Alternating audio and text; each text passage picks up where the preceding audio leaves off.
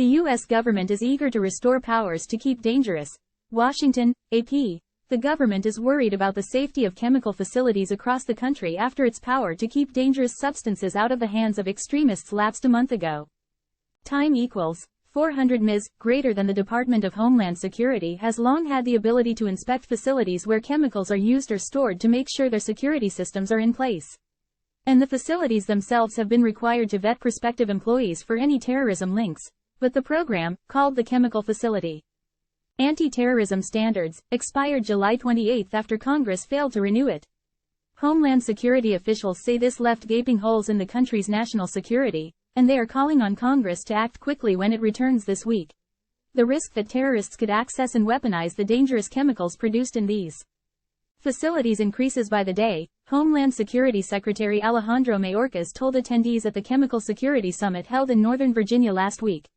The program requires any facility that has a certain quantity of any of a long list of chemicals of interest to report the information to the Department of Homeland Security.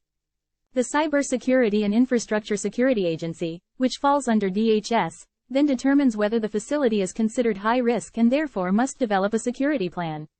The agency assesses the plan to make sure it addresses things like physical security as well as cybersecurity, and then it does inspections to make sure companies are in compliance.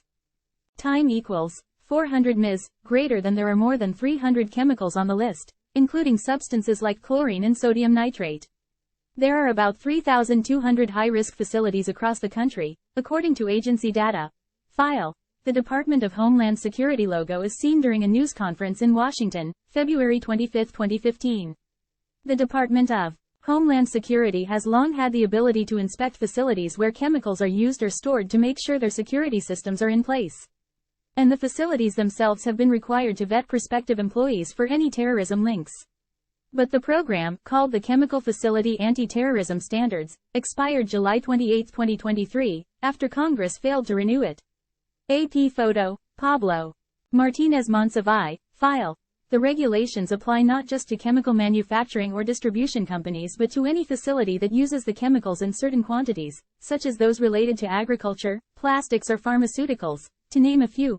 Facilities also send the names of prospective employees to Homeland Security so they can be checked for links to extremist groups. CISA official Kelly Murray said at the conference that before the program expired, about 300 names per day were being run through databases. That has stopped. Congress gave the department the authority to begin the chemical security program in 2006, and it went into effect the following year.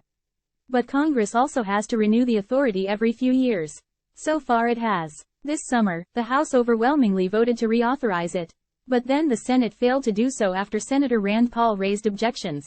Paul, a Kentucky Republican, said in a July 26 congressional speech that such regulations favor big businesses because they create a barrier to new companies coming into the market, and that even if these regulations didn't exist, companies would still keep security measures in place out of self-interest.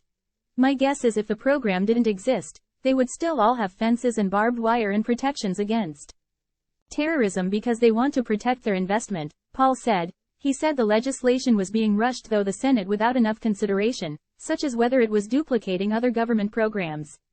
He said despite his reservations he'd vote to approve it if the Senate also approved his plan to implement a scoring system by which any proposed government program would be assessed to see whether it duplicates programs already in existence.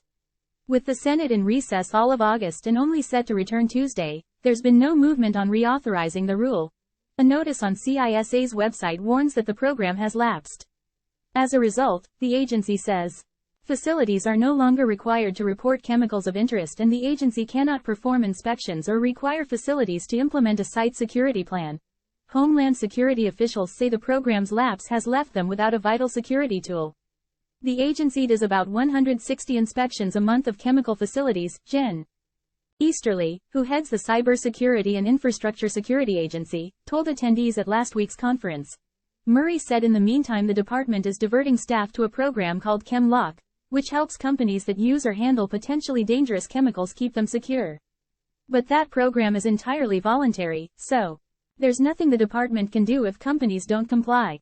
And Murray said she's worried about retaining staff if the program is not reauthorized soon. Many in the industry say they're also worried at the program's lapse. I think it's a shame, to be blunt. It's a program that has proven to be successful, said Matt Fridley, Senior Director for Security and Safety at Brenntag, an international chemical distribution company with 17,500 employees across 72 countries. He said the program is focused on helping companies figure out what's wrong and remedying it, as opposed to just finding them. They're into the find it and fix it, he said. Time equals 400 ms. Greater than he said a company the size of Brenntag can and will continue with security plans already in place, but he said there's always a concern that companies facing competing financial pressures might not.